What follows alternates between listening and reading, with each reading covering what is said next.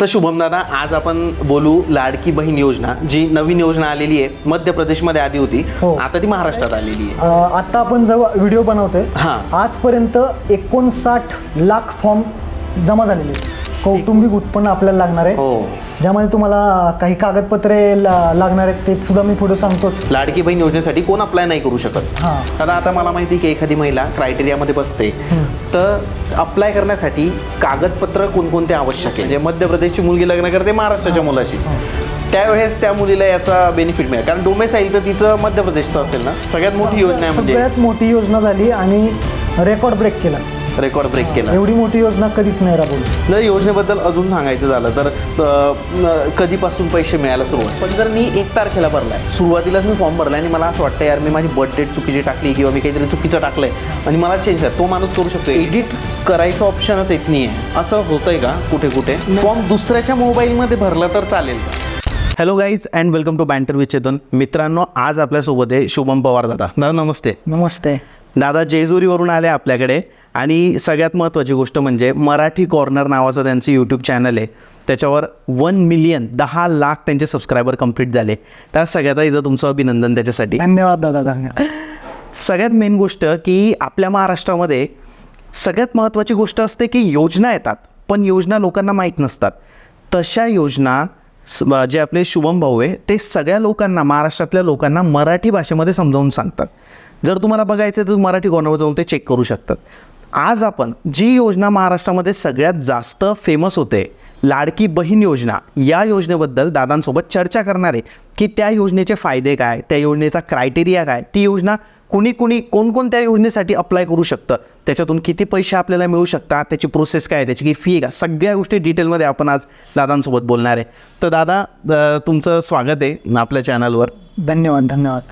तर शुभम दादा, आज आपण बोलू लाडकी बहीण योजना, जी नवीन योजना आलेली आहे. मध्य प्रदेशमध्ये आधी होती, आता ती महाराष्ट्रात आलेली आहे. बरोबर. तर मित्रांनो, आज आपण या योजनेबद्दल बोलणार आहे. शुभम दादा आपल्याला या योजनेबद्दल एकदम सविस्तर माहिती देणार आहे, त्याच्या क्रायटेरिया वगैरे, त्याच्यानंतर किती पैसे मिळतील काय, ती सगळी डिटेल माहिती दादा आपल्याला देणार आहे. तर दादा, या योजनेबद्दल तुम्ही काय सांगाल? सगळी सविस्तर माहिती आज तुम्हाला द्यायची आहे आपल्याला, आणि आपल्या प्रेक्षकांना पण हवी आहे. नक्कीच. पहिली गोष्ट, ही योजना आपल्या महाराष्ट्र राज्यात मुली आणि महिलांना दोघांसाठी योजना आहे. बरोबर. प्रत्येक महिन्याला 1500 रुपये सरकार बँक खात्यामध्ये जमा करणार आहे, मुलींच्या आणि महिलांच्या. ओके. हे प्रत्येक महिन्याला असतील असं सरकारने सांगितलं. याचा जो GR आहे तो GR सुद्धा प्रसिद्ध करण्यात आलेला आहे. ओके. आता त्याचे ऑनलाईन फॉर्म सुद्धा सुरू झालेले आहेत. आता आपण जेव्हा व्हिडिओ बनवतोय आजपर्यंत 59 लाख फॉर्म जमा झालेले आहेत. 59 लाख आतापर्यंत जमा होऊन गेलेले आहेत. म्हणजे माझा असा अंदाज आहे की 1 कोटीच्या आसपास बहुतेक जाईल. अरे बापरे. लास्ट डेट कधी बोलले तुम्ही? 31 ऑगस्ट लास्ट डेट आहे. ओके. 31 ऑगस्ट पर्यंत तुम्ही अर्ज करू शकता. बरं. आणि आता यामध्ये लाभार्थी महिला आणि मुली आहेत, त्यांचं जे वय आहे ते वय कमीत कमी 21 पूर्ण पाहिजे आणि जास्तीत जास्त 65 वर्ष. 21 ते 65 हा वयाचा क्रायटेरिया आहे. बरोबर. याच्यामध्ये अजून एक क्रायटेरिया, जसं की तुमचा जो इन्कम आहे, कौटुंबिक उत्पन्न, बरोबर, तुमचं हे 2.5 लाखाच्या आतमध्ये असणं गरजेचं आहे. 2.5 लाखाच्या आतमध्ये असणं गरजेचं आहे. मग आता जर समजा एखादी स्त्री आहे, तिच्या नवऱ्याचं जर उत्पन्न 3 लाख आहे, मुलाचं 3 लाख आहे, ती स्त्री याला अप्लाय करू शकत नाही. कौटुंबिक उत्पन्न आपल्याला लागणार आहे, ज्यामध्ये तुम्हाला काही कागदपत्रे लागणार आहेत, ते सुद्धा मी पुढे सांगतोच. मग ते कागदपत्रे कोणकोणती ते सुद्धा सांगतो, अप्लाय कसं करायचं ते सांगतो. बरोबर. दादा, मला अजून एक प्रश्न याच्यात, जर आता ती जी महिला आहे तर त्या महिलेच्या भावाचं उत्पन्न आज 1 लाख आहे, म्हणजे अनमॅरिड महिला आहे, तिचा भाऊ कमवतो 1 लाख रुपये आणि वडिलांचा 2 लाख रुपये, तरी पण ती अप्लाय नाही करू शकत. 3 लाख झालं तर नाही करू शकत. 2.5 लाखाच्या वर एकूण मिळून उत्पन्न जर 2.5 लाखाच्या वर असेल तर दादा, आता एका कुटुंबामध्ये जर समजा एक महिला आहे तर ती तर ऑब्विसली अप्लाय करू शकते, क्रायटेरियात बसली. पण जर कुठे 3 महिला आहे, म्हणजे बायको आहे, आई आहे, बहीण आहे, तर एका कुटुंबातले किती महिला या योजनेसाठी अप्लाय करू शकतात? ओके. तर याचे जे GR आले होते ते 2-3 GR आले होते. बरं. आणि जो सेकंड नंबरचा GR आला त्यामध्ये त्यांनी स्पष्ट केलं की कुटुंबातील एक विवाहित महिला हां आणि एक अविवाहित महिला, या 2 महिला कुटुंबातील अप्लाय करू शकतात. बरोबर आहे.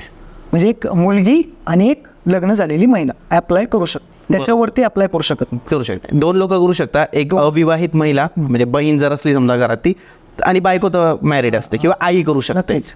त्यावेळी पण जर एका कुटुंबातील 2 महिला आहेत आणि लग्न झालंय तर ते मात्र नाही अप्लाय करू शकत. ओके, म्हणजे देराने जे ठाणे याच्यात अप्लाय नाही करू शकत. कोणत्या तरी एकालाच 1500 रुपये मिळणार आहे. एक मुलगी किंवा एक लग्न झालेली महिला. बरोबर आहे, बरोबर आहे. दादा, अजून या योजनेचं एक मला जाणून घ्यायचं होतं की महिला आहे पण कोण अप्लाय कोण नाही करू शकत या योजनेसाठी?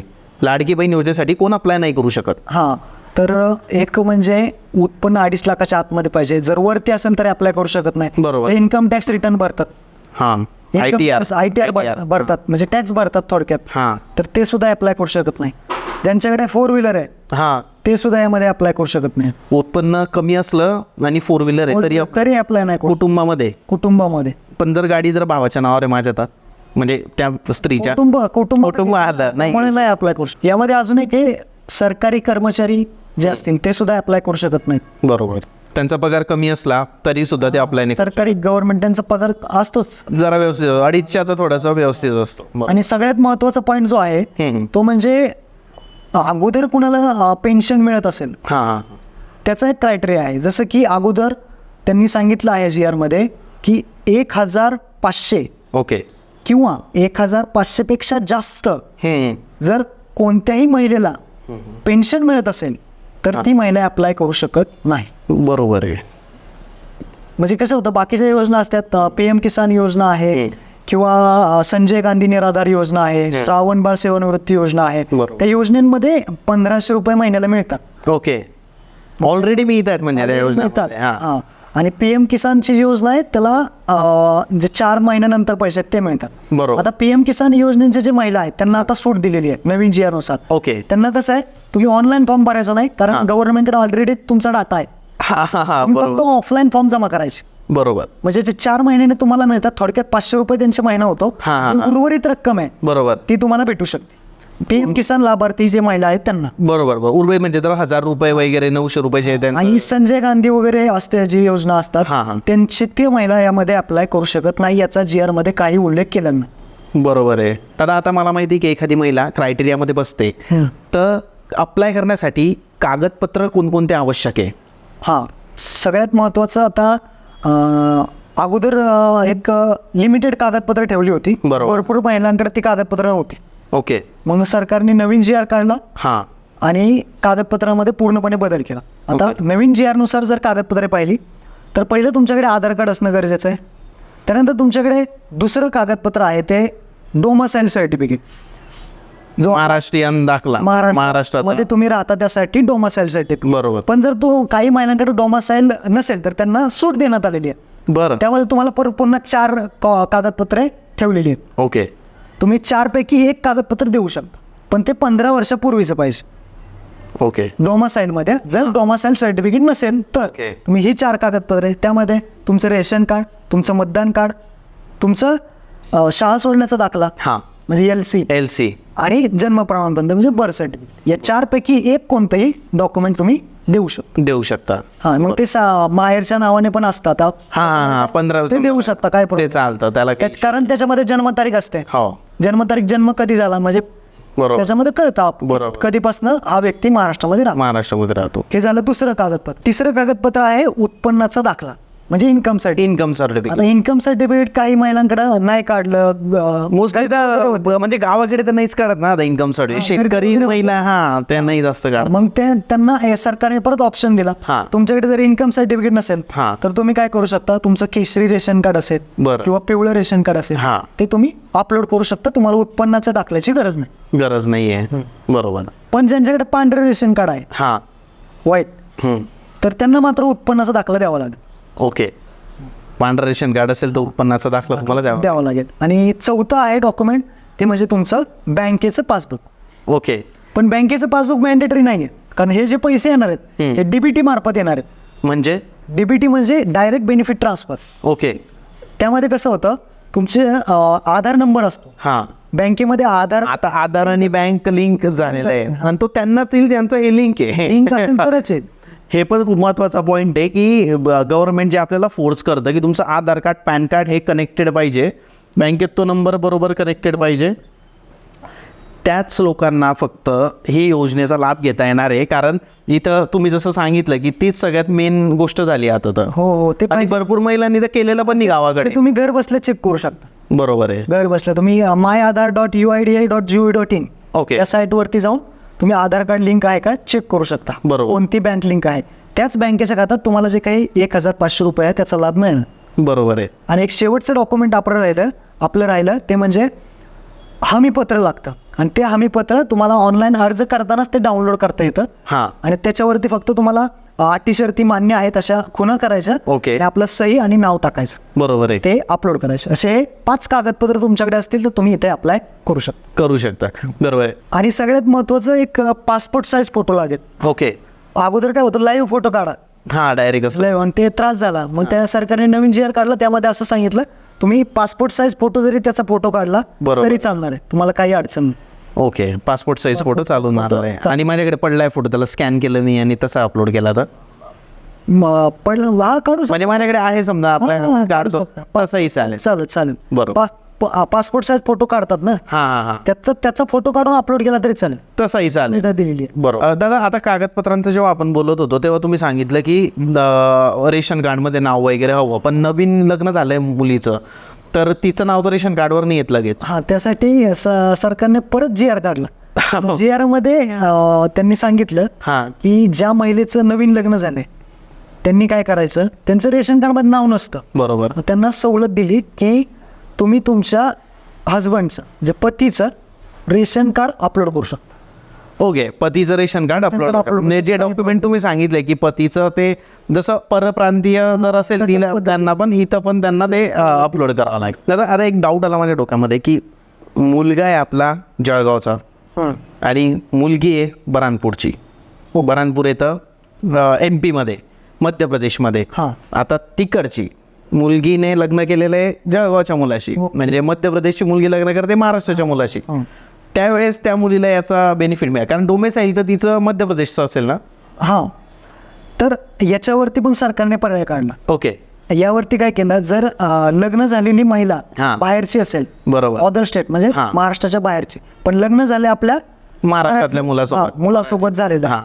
तर त्यांच्यासाठी अर्ज करताना एक अलग कॉलम टाकलाय. ओके. की तुम्ही तुमच्याकडे जर कागदपत्र नसेल तर हां. तुम्ही तुमच्या पतीचं कागदपत्र हां. अपलोड करू शकता. अपलोड. त्याला मॅरेज सर्टिफिकेट लागेल पण ना? मॅरेज सर्टिफिकेट मॅन्डेटरी नाहीये. पण पती, तुमचा जो पती आहे हां. तर त्याचा जन्म दाखला, हां. शाळा सोडल्याचा दाखला बरोबर. किंवा डॉमसाईल हे तुम्ही अपलोड करू शकता. रेशन कार्ड सुद्धा अपलोड करू शकता. अपलोड करू शकता. मॅरेज सर्टिफिकेट गरजेचं नाही आहे, पण बाकीचे जे डॉक्युमेंट तुमच्या पतीचे जे आहे ते तुम्ही तिथं करू शकता. कारण त्यात आपले महाराष्ट्राचे सिलेक्ट झाले. ते दादा महाराष्ट्राची मुलगी झाली. बरोबर ना. दादा, एक महत्त्वाचा प्रश्न की जे खेड्यात राहणारे लोक आहे किंवा शहरात पण वॉट एव्हर, तर सगळ्यात आधी मला तुम्ही हे सांगा की आपली जी जनता आहे ती जास्त खेड्यांमध्ये जास्त आहे, आपले लोक.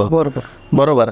तर त्या लोकांना जर अप्लाय करायचं आहे तर त्यांच्याकडे काही लॅपटॉप नाही आहे किंवा प्रत्येकाकडे इंटरनेट मोबाईल असतात, पण ते how to use it, use कसं करायचं हे लोकांना माहीत नाही. बरोबर. तर तुम्ही काय सांगाल की त्यांनी कसं अप्लाय करायचं, कुठे जाऊन अप्लाय करायचं? आता सरकारने काय केलं, ह्या सगळ्या गोष्टीचा विचार केला. बरोबर. आणि कोणतीही वेबसाईट वगैरे काढली नाही अजून तरी. म्हणजे लाडकी बहीण योजनेसाठी सेपरेट वेबसाईट नाही अजून तरी नाहीये. येऊ शकते, बरोबर. काही दिवसांनी येईल. त्यांनी काय केलं, एक ॲप लॉन्च केलं. त्या ॲपचं नाव आहे नारी शक्ती दूत ॲप. नारी शक्ती दूत ॲप मोबाईल ॲप आहे. हा, मोबाईल ॲप आहे. आता भरपूर जणांकडे मोबाईल असतात, हो. त्यामुळे त्यांनी काय केलं, ॲपमध्ये एक पेजचाच फॉर्म ठेवलाय. बरं. एकच पेजचा फॉर्म आहे. फक्त माहिती भरायची आणि कागदपत्रे अपलोड करायचं. बरोबर. आणि सबमिट करायचं. ओके.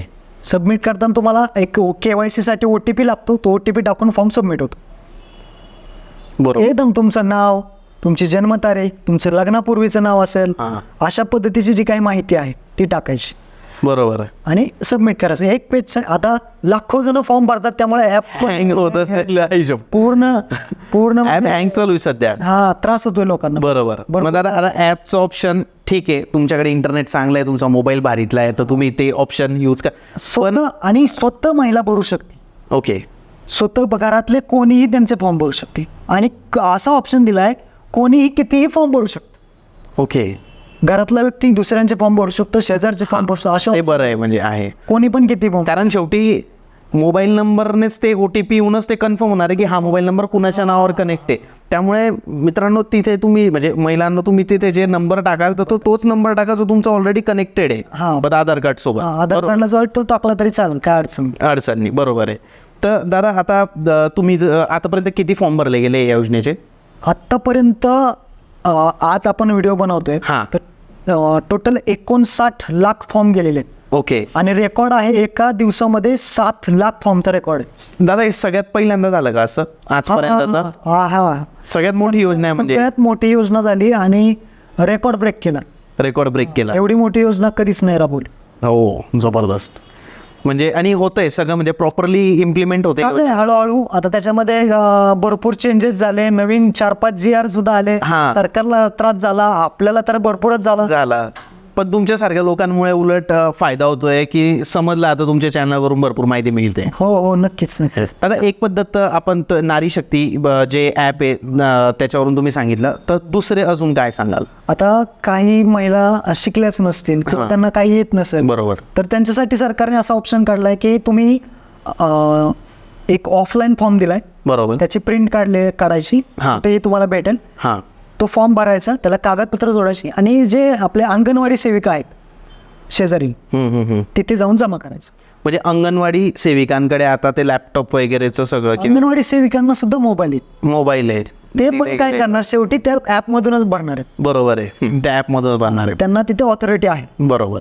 तर अंगणवाडी सेविका म्हणजे खेड्यामध्ये कसं असतं की अंगणवाडी असते तर तुम्ही तिथे जाऊ शकतात. जर तुम्हाला मोबाईलवरून ते नाही होते, अंगणवाडी सेविकांकडे जा, त्या तुम्हाला सगळ्या गोष्टी करून देतील. फक्त त्यांच्याकडे प्रिंट हवी ना, प्रिंट हवी त्यांच्याकडे की त्यांच्याकडे जाऊन सगळं होऊन जाईल.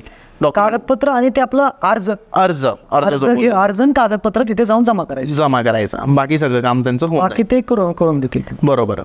पुढचं ऑप्शन काय दादा? ही दुसरी पद्धत आहे. तिसरी पद्धत जे शेजारील माही सेवा केंद्र, सेतू केंद्र, CSC सेंटर, जे गव्हर्नमेंट ऑथराईज असतात, आधार कार्ड जिथे अपडेट करतो आपण ते केंद्र असतात, तिथे जाऊन सुद्धा तुम्ही अर्ज त्यांना तुम्ही दिला तर ते ऑनलाईन तुम्हाला करून देतील. बरोबर. आणि सगळ्यात महत्वाच्यासाठी सरकारने सांगितलंय की कोणतीही फी लागणार नाही. आधी फी होती ना, पण याला आधी फी होती ना पहिल्या GR ला वाटतं. फी घेतली ती जेलमध्ये. ओके, मला असं वाटलं की पहिले न्यूज आली होती की 500 रुपये काहीतरी याची अर्जाची. नाही, ते काही जणांनी 100 रुपये, 50 रुपये, 200-500 घेतली असेल, ते काही जणांनी डायरेक्ट सरकारने जेलमध्ये टाकलं. ओके, म्हणजे जर तुमच्याकडून कोणी पैसे मागताय की नाही द्या 200 रुपये फॉर्म भरायची फी आहे गव्हर्नमेंटवाले, जर प्रायव्हेटकडे जात आहे तर ते ऑब्व्हियसली पैसे घेतील. प्रायव्हेटचं ते वेगळा विषय, पण ते पण सांगितलंय की प्रायव्हेटनी सुद्धा घेतली तरी जेल होऊ शकते. बरोबर आहे. म्हणजे जर प्रायव्हेटवाले सुद्धा जर कोणी असं करताय की नाही मी फॉर्म भरून देतो मला 200 रुपये दे, तुम्हालाही जेल होऊ शकते. कारण झालेलं आहे जेल आता, जसं दादांनी सांगितलं. बरोबर. ते सेंटर सांगितलं मी 3 पब्लिकला आहेत. ठीक आहे. दादा पुढची पद्धत कोणती? अजून एक चौथी पद्धत आहे, ते म्हणजे वेबसाईटचं एक पोर्टल येणार आहे. वेबसाईट येणार आहे, पोर्टल येणार आहे, घोषणा झालेली आहे त्याची. बरोबर. आणि ते लवकरच आता त्याचा GR सुद्धा आला. ओके, ही वेबसाईट आम्ही तयार करतोय, लाईव्ह करतोय. आता थोड्या दिवसात वेबसाईट येईल, त्यावरती सुद्धा फॉर्म भरायला सुरू होईल. बरोबर आहे. मग चौथा एक ऑप्शन राहतो, वेबसाईट वरून सुद्धा तुम्ही फॉर्म भरू शकता. बरोबर. दादा ज्या महिलांनी फॉर्म भरले तर ते फॉर्म अप्रूव्ह झाले का नाही, म्हणजे त्याची जी यादी लागेल ती कुठे बघता येईल आणि कधी बघता येईल? म्हणजे आता मी जर आज भरला किंवा 8 दिवसापूर्वी भरलाय तर ते अप्रुव्हल मिळालंय का नाही, त्या याद्या कशा? आता कसं आहे, ॲपमध्ये पण ऑप्शन येणार आहे तुमचा फॉर्म अप्रुव्हल झालाय का नाही. बरोबर. आता जेवढे फॉर्म भरलेत ते सगळे लोक एक साथ जातील त्या ॲपवर, त्या ॲपच क्रॅश होऊन जाईल. ॲप तर क्रॅश होईल, पण एकही फॉर्म अजून अप्रुव्हल नाही. अजून एक पण अप्रुव्हल नाही. कारण वरती पण काहीतरी अडचण असतील, काही लोकांनी बहिष्कार टाकलेला आहे. ओके, सरकारी अधिकारी वगैरे असतील, त्यांना कामाचा लोड असेल, खूपच लोड आला असेल. बरोबर आहे, त्यांचा पण विचार केला पाहिजे. 60 लाख फॉर्म केवढ्या कमी दिवसात. आता अप्रुव्हलचं कसं आहे, ॲपमध्ये बघता येईल अप्रुव्हल झालाय का. दुसरा आहे, अंगणवाडी सेविकेकडे पण बघू शकता, तिथे यादी लागेल. ग्रामपंचायतमध्ये यादी लागेल. शहराच्या ठिकाणी जे वार्ड वाईज असतात, बरोबर, तिथे यादी लागेल. बरोबर. सेतू सुविधा केंद्र असतील, तिथे सुद्धा यादी लागेल. बरोबर आहे. तिथली यादी या गावातल्या आता यादी पुढच्या महिन्यापासून या सुरू होईल, कारण आता हे फॉर्म घेणार, हो सर्व भरून घेणार. सुरुवात कधी झाली दादा फॉर्म पहिला फॉर्म? 1 तारखेपासून 1 जुलैपासून सुरू झाले. 1 जुलैपासून आजची तारीख आहे आपली 19 तारीख आहे, आज आपण शूट करतोय आणि आजपर्यंत 60 लाख रुपये म्हणजे फॉर्म भरले गेलेले आणि म्हणजे 30 पर्यंत जसं तुम्ही बोलले की 1 कोटी फॉर्म तर आरामात भरले जातील आणि 1 ऑगस्ट वगैरे पासून किंवा पुढच्या महिन्यात यादी लागायला सुरू होईल. आणि मग आता दादा प्रश्न येतो की पैसा माझ्या अकाउंटला कधी येईल? जसं तुम्ही बोलले की ते डीबीटीने कशाने येतो तो पैसा? याच्यावरती भरपूर प्रश्न विचारण्यात आले. आम्ही 31 ऑगस्टला फॉर्म भरणार, आमचे किती भेटणार, 1,500 भेटणार का भेटणार नाहीत, काय काय जण उशिरा फॉर्म भरणार. त्याच्यावर परत सरकारने एक उत्तर दिलं की तुम्ही फॉर्म 1 जुलैला भरा, नाहीतर तुम्ही 31 ऑगस्टला भरा. बरोबर, तुम्हाला जुलैचे पण पैसे भेटणार आणि ऑगस्टचे पण पैसे भेटणार. ओके. आणि ही रक्कम तुम्हाला आता निवडणुका येणार आहेत, त्यामुळे अगोदरच आता आचारसंहिता लागतील. हो, आचारसंहिता लागली की सगळं काम ठप्प होऊन जातं. मग त्यामुळे ते त्याच्या आधीच ते पैसे सुरुवात होऊन जुलैचे पण भेटणार आणि ऑगस्टचे पण भेटणार. ओके, मग ते ऑगस्टच्या एंडिंग पर्यंत मिळू शकतील का? नाही, आता त्यांनी असं केलंय, आता प्रचार माध्यम किंवा उपमुख्यमंत्री यांनी बोललेलं आहे ओके की हे पैसे 15 ऑगस्ट ते 19 ऑगस्ट पर्यंत जमा होतील. 19 ऑगस्टला रक्षाबंधन आहे, शेवटी बहिणी येतात, लाडकी बहीण योजना, त्यामुळे बरोबर त्यांनी तसा प्लॅन केलेला आहे जो आपल्या महाराष्ट्राच्या मुलींसाठी चांगलाच आहे ऍक्च्युअल मध्ये.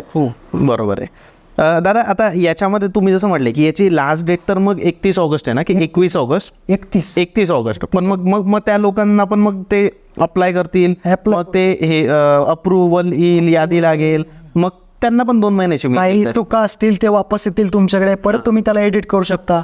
आणि सगळ्यात महत्वाचं, आता ज्यांनी फॉर्म भरलेत त्यांना एडिटचं ऑप्शन आलाय.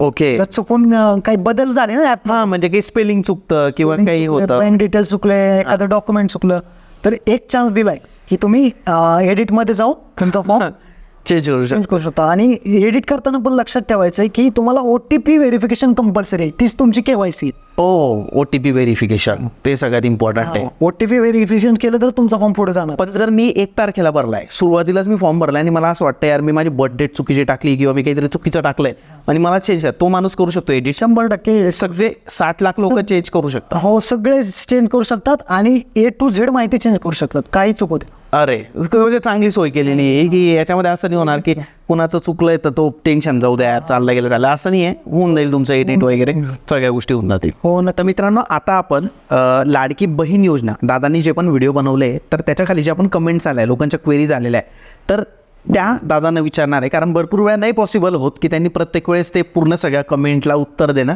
तर आता आपण विचारू, चला तर जॉईंट अकाउंट असेल तर चालेल का? जॉईंट अकाउंटचा काय प्रॉब्लेम होतो, कधी जॉईंट अकाउंट काढताना महिला आपल्या पतीला जॉईन करते, बरोबर, आणि कधी कधी आधार कार्ड जे लिंक होतं ते पतीचं लिंक होतं, मग पैसे जाणार कुठे, पैसे अडकणार. त्यापेक्षा जे सिंगल अकाउंट असेल ना तरच तुम्ही द्या. आणि मोस्टली ते तर सिंगल अकाउंट असतीलच ना, आता मोदींनी ते आय थिंक. ते गावामध्ये जरा काय होतं, नाही जॉईंट मध्ये आहेत, तर ज्यांनी काढलं नसेल तर ते काढून आपलं जॉईन करू शकता. 33 मिनिटापूर्वी एक कमेंट आलेली आहे की दादा एडिट करायचं ऑप्शनच येत नाही आहे, असं होतंय का कुठे कुठे? नाही, काय होतं काही लोकांना, त्याच्यासाठी काय करायला पाहिजे? जर एडिटचं ऑप्शन जर तुम्हाला येत नसेल तर एकदा प्ले स्टोअर वरून जाऊन ॲप अपडेट करून घ्या. बेस्ट ऑप्शन, म्हणजे तो ऑप्शन तुमचा निघून जाईल. एडिट ऑप्शन एकदा यूज केला आहे, पण मोबाईल नंबर करेक्शन करायचं राहिला आहे, सो OTP येत नाहीये. एडिट एकदाच करू शकतो. बरोबर. मोबाईल नंबर आम्ही या व्हिडिओमध्ये 3-4 वेळेस बोललो, मोबाईल नंबर अतिशय व्यवस्थित टाका. SMS व्हेरिफिकेशन नाही झालं तर फॉर्म सबमिट होतो का? नाही होत. बरोबर, परत तेच मोबाईल KYCच धरायची आपल्याला, OTP लागणारच, तेव्हा तुमचा फॉर्म पुढे जाणार. बरोबर. मी सगळा फॉर्म बरोबर भरलाय, एडिट करून पण सबमिट केलाय, पण एक चूक झाली आहे. हमीपत्रावर नाव व सही केली पण बॉक्समध्ये खुणा केल्या नाही, तर फॉर्म रिजेक्ट होईल का? नाही, एवढं थोडंफार कन्सेशन सरकार देणार. सरकार इतकं असं स्ट्रिक्टली नाही, कारण त्या थोडक्यात नियम आहेत, ते तुम्ही फक्त टिक करायचे राहिले. बरोबर, ठीक आहे, चालतंय. सरकार एवढं आता लावून नाही धरणार, कारण एवढा टाइम नाहीये. टाइम पण नाही सरकारकडे. आता जितक्या म्हणजे अप्रुव्हल तुम्हाला जेवढं होईल, fast होईल हो, कधी कधी तर चुका पण होऊ शकतात की जे अप्रुव्हल नाही होऊ शकणार आहे त्यांचं पण अप्रूव्ह होऊ शकतं. होतं असं. पेंडिंग टू सबमिट दाखवत आहे काही लोकांना. पेंडिंग टू ते काय होतंय, भरपूर जणांचं कन्फ्युजन होतंय. हा पेंडिंग टू सबमिट याचा अर्थ काय आहे की तुम्ही जी फॉर्म भरलाय हा. तो सरकारकडे पेंडिंग आहे. बरोबर. ते सरकार अधिकारी असतील, ते चेक करतील, तुमचे कागदपत्र चेक करतील, त्यानंतर ते तुम्हाला कळेल की आपला फॉर्म अप्रूव्ड झालाय का नाही. का नाही झालाय. बरोबर. फॉर्म दुसऱ्याच्या मोबाईलमध्ये भरला तर चालेल का? कुठेही भरा, काही काही प्रॉब्लेम नाही. बरोबर. कितीही भरा, किती कोणीही भरा, काही प्रॉब्लेम. एक व्यक्ती आहे तुमच्या घराजवळच्या एखाद्या टेक्निकल मुलाला पकडा जो मोबाईल खूप चांगला यूज करतो किंवा इंटरनेटवर असतो आणि गावातल्या सगळ्या महिलांनी त्याच्याकडून भरून घ्या, काहीच प्रॉब्लेम नाही, फक्त पैसे नका देऊ त्यांना. ग्रामपंचायत ऑप्शनमध्ये ग्रामपंचायतचे नाव टाकायचे की ग्रामपंचायत हे नाव टाकायचे असा एक प्रश्न आहे. ग्रामपंचायतच नाव टाकायला ऑब्विसली ऑब्वियसली ग्रामपंचायतचं नाव. रेशन कार्ड का फर्स्ट पेज सबमिट किया है, लास्ट नहीं चलेगा क्या फॉर्म सबमिट है? नाही काय होतं, रेशन कार्ड आहे, हां फर्स्ट पेजला कुटुंब प्रमुखाचं नाव असतं बरोबर आहे. आणि लास्टला आपल्या फॅमिलीतली लोकांचं. बरोबर. तुम्हाला फर्स्ट पेज ज्याचं कुटुंब प्रमुखाचं नाव आहे ते आणि लास्ट पेज हे दोन्ही अपलोड करणं मॅन्डेटरी. हो, दोन्ही पेज. नाहीतर तुमचा फॉर्म रिटर्न येऊ शकतो किंवा रिजेक्ट होऊ शकतो. दादा ही गोष्ट तुम्ही डिटेलमध्ये सांगा, कारण लोकांचं काय पहिल्या पेजवरच ते सबमिट करून बाहेर निघून. बरोबर. कागदपत्र अपलोड करताना काय होतं, तुमचं Aadhaar card front side back side दोन्ही अपलोड करायचे. कोणी मतदान कार्ड अपलोड करत असेल तर first front side back side दोन्ही अपलोड करायचे. दोन्ही अपलोड करायचे. दोन्ही upload. एक नुसतं सबमिट करून तुम्ही पुढे रेशन कार्ड आहे, मतदान कार्ड आहे, बरोबर. आधार कार्ड आहे, हां ते तसं. आणि तुम्ही झेरॉक्स अपलोड केलं तरी चालेल, काय प्रॉब्लेम नाही. झेरॉक्स अपलोड केली तरी चालणार आहे, असं नाही की ओरिजिनल डॉक्युमेंटचाच फोटो गेला पाहिजे तिथे. असं काही मेन्शन नाही. आता असा एक मला प्रश्न खूप चांगला वाटला आता. सर, PM किसानचे पैसे मिळतात, हां वार्षिक 6,000 रुपये मिळतात, तर फॉर्म मध्ये दरमहा रुपये किती लिहायचे? म्हणजे 500 रुपये मिळतात त्यांना प्रत्येक महिन्याला, तर दरमहा त्यांनी ते टाकलं पाहिजे. जे Earning घेता का, तर होय घेतो आम्ही लाभ, हां आणि कोणत्या योजनेचा घेतात तर ते अमाऊंट तिथे लिहायची. बरोबर. मग ते 500 रुपये आम्हाला मिळतात महिन्याला. मिळतात. आणि त्यांनी PM किसानच्या लाभार्थ्यांनी ऑफलाईन फॉर्म द्यायचा, ऑनलाईन भरायचा नाही. सगळ्यात GR महत्त्वाची मध्ये गोष्ट की जर तुम्ही ते PM किसान योजनेचा लाभ घेताय तर तुम्ही तो ऑफलाईन फॉर्म द्या, जसं अंगणवाडीमध्ये. कारण ऑलरेडी त्यांना पैसे येतात, तर गव्हर्नमेंटकडे ऑलरेडी डाटा आहे ना, परत फॉर्म भरून काय उपयोग. गरज नाही आहे. बरोबर आहे. परराज्यातून लग्न करून आलेल्या महिलांनी फॉर्म कसा भरायचा आणि कोणती डॉक्युमेंट अपलोड करावी हा प्रश्न आपण आपल्या व्हिडिओमध्ये घेतलेला आहे. तरी एक म्हणजे पण कागदपत्र अपलोड करताना काही कागदपत्र पतीचे चालतील. हां चालेल. आणि परराज्यातली महिलांना तिथं विचारलं जातं, परराज्यातली महिला आहे का, होय करायचं, स्टेट सिलेक्ट करायचं, बाहेरचं स्टेट सिलेक्ट करायचं. पतीचे डॉक्युमेंट तुम्हाला तिथे लागतील, मॅरेज सर्टिफिकेट नाही लागणार. नाही लागणार. बरोबर. PDF अपलोड करू शकतो का? हा, ते परत लोकांना प्रश्न पडतो, PDF करायचं की JPG. काय होतं, आता त्यांनी डायरेक्ट तिथं ऑप्शन दिलाय, गॅलरीमधून फोटो अपलोड करा किंवा कॅमेऱ्याने फोटो अपलोड करा, काढू. बरोबर. झेरॉक्स असेल तर झेरॉक्स ठेवायची, डायरेक्ट कॅमेऱ्याने फोटो अपलोड करून सबमिट करायचं, लगेच अपलोड होतं. सगळ्यात महत्वाचा हा जो फोटो आहे 5 KB आतमध्ये असणं गरजेचं, 5 MB आतमध्ये असणं गरजेचं. हो, फोटो 5 MB आतमधला पाहिजे.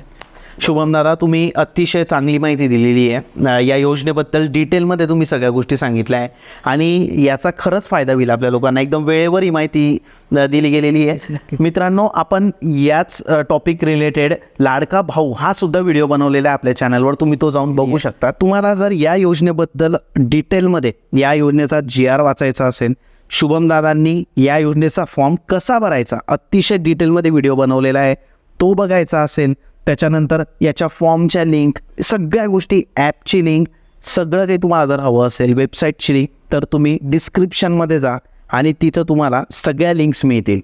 बरोबर दादा? नक्कीच. सगळी डिटेल माहिती डिस्क्रिप्शनमध्ये तुम्हाला ती मिळेल. दादांचे व्हिडिओ आहे, त्या व्हिडिओवर A to Z अतिशय पूर्ण डिटेलमध्ये माहिती तुम्हाला मिळून जाईल. तर शुभम दादा, परत एकदा धन्यवाद तुमचं. तुम्ही जी माहिती देताय ती महाराष्ट्रातल्या लोकांना खूप युजफुल आहे आणि सगळ्यात पहिले आपल्या चॅनलवर माहिती असते, म्हणजे कोणत्या पण योजनेबद्दल. याच योजना नाही तर तुम्हाला कोणत्याही योजनेबद्दल जर माहिती हवी असेल तर तुम्ही शुभम पवार मराठी कॉर्नर, शुभम पवार टाकलं तरी तुम्हाला तिथं चॅनल येऊनच जातं. तर तुम्ही तिथे जाऊ शकता. खूप चांगलं काम करताय दादा तुम्ही. महाराष्ट्रातला एकमेव असा व्यक्ती आहे की जो इतक्या आत्मीयतेने आजच नाही तर 4-5 वर्षापासून हे सगळे कामं करतोय. दादा धन्यवाद तुमचा. धन्यवाद.